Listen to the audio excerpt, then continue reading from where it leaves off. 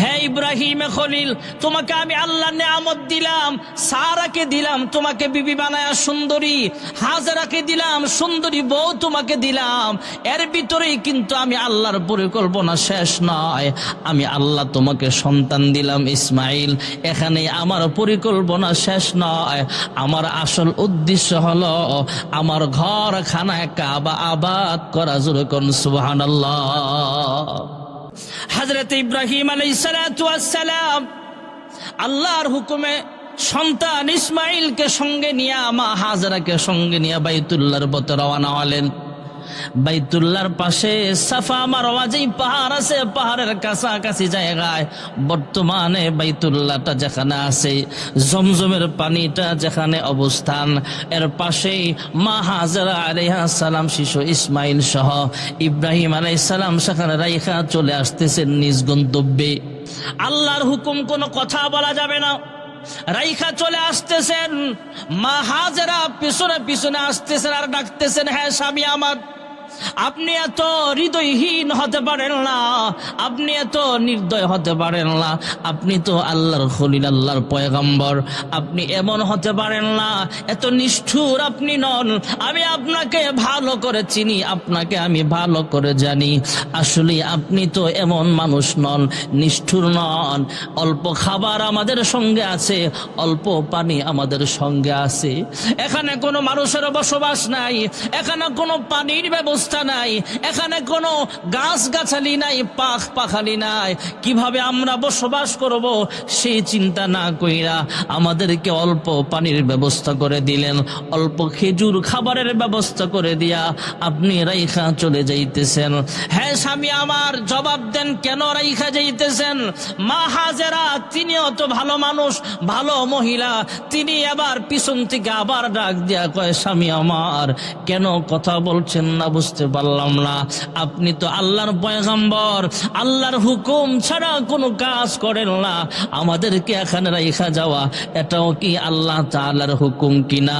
ইব্রাহিম পয়গম্বর শাহাদাত আঙ্গুল দিয়ে আসমানের দিকে ইশারা দিয়া বুঝালেন, হা হাজেরা, এখানে রাইখা যাওয়া এটাও আল্লাহর হুকুম। জোরে কোন সুবহানাল্লাহ। মা হাজেরা আবার স্বামীকে সান্ত্বনা দেয়, স্বামী আবার আপনি আমাদেরকে জনমানবহীন এলাকা মক্কাতুল মুকাররমায় রাইখা চলে যাচ্ছেন।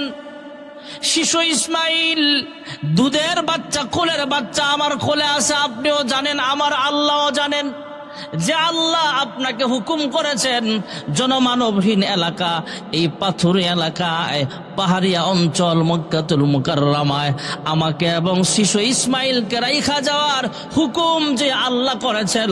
আপনি পেরেশান হবেন না, দুশ্চিন্তা করবেন না, আমাদের জন্য, আমাদের রিজিকের জন্য, বাঁচানোর জন্য সে আল্লাহই যথেষ্ট। জোরে কোন সুবহানাল্লাহ।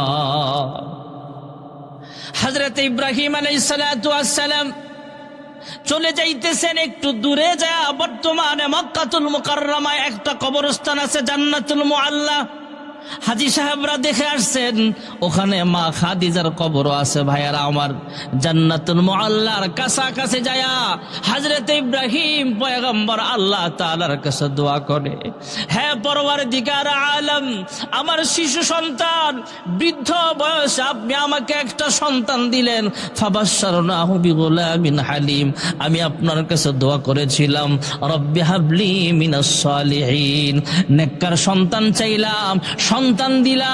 এই শিশু দুধের বাচ্চা ইসমাইলকে এখানে রাইখা যাওয়া আপনার হুকুম, তবে সন্তানের জন্য আমার মায়া, এর চাইতে আপনার প্রতি আমার আরো বেশি মায়া।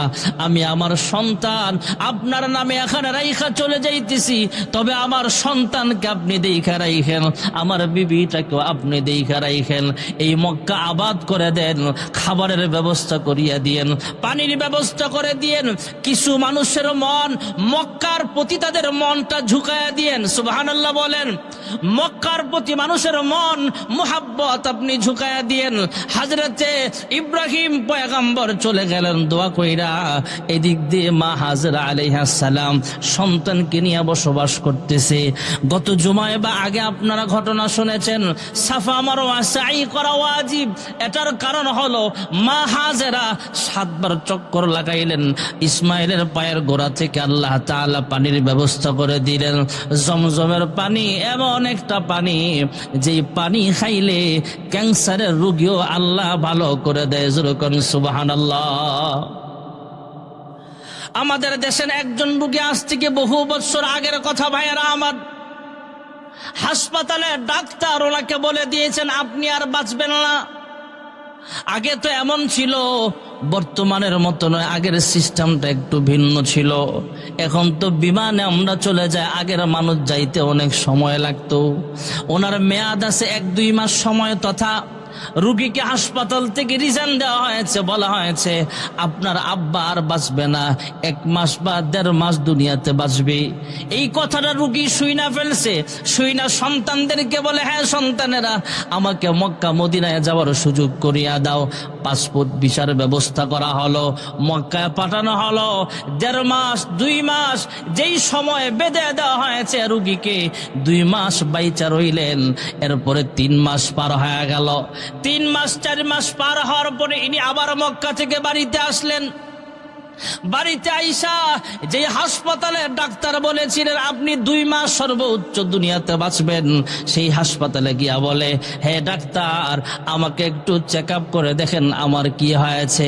আপনারা আমাকে ডেট দিয়েছিলেন 1.5 থেকে 2 মাস আমি বেঁচে থাকবো, এখন 5 থেকে 6 মাস সময় হয়ে গেছে, এখনো আমার মরণ হয় নাই। যেরকম সুবহানাল্লাহ। আমাদের একজন মুসল্লি, হার্টের রোগী না কিসের রোগী, আমাকে একদিন বলতেছে, হুজুর দোয়া কইরেন। কি হয়েছে? ডাক্তার মেয়াদ দিছে সর্বোচ্চ 2 মাস বা 3 মাস বাঁচবেন। উনি 3 মাস পার হয়ে আরো কিছুদিন পরে আবার দেখা করছে আমার লগে। দেখা করে হুজুর দোয়া কইরেন, ডাক্তার মেয়াদ দিছিল 100 দিনের বা 90 দিনের, এখন 120 দিন প্রায় হইতেছে। সুবহানাল্লাহ জোরে বলেন না। এই মসজিদের মুসল্লি, এই যে হাতটা দেখছেন, উনি এখনো বাইচা আছে। হাসপাতালে ডেট দিছিল কয় মাস আগে, দেখছেন? হায়াতের মালিক কে? বাস্তব প্রমাণ। ওই রোগী 6 মাস পরে বাংলাদেশে আইসা বলে, কি ব্যাপার, তোমরা তো বলেছ আমি 1.5 মাস বাঁচবো, 2 মাস বাঁচবো, এখন তো 6 মাস পার হয়ে যাচ্ছে, কি ব্যাপার? হাসপাতালের ডাক্তাররা পুনরায় চেক আপ কইরা বলে, কি হয়েছে আপনার?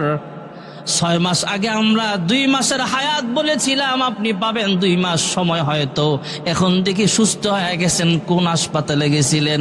সুবহানাল্লাহ।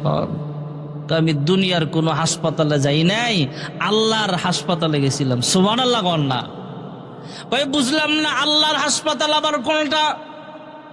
কয় আমি পাসপোর্ট রেডি করলাম, ভিসা রেডি করাইলাম সন্তানদেরকে দিয়া, মক্কায় চলে গেলাম। আল্লাহর হাবিব বলেছেন জমজমের পানি যদি কেউ পান করে তার রোগ বালা মুসিবত দূর হয়ে যায়, গুনাহ মাফ হয়ে যায়।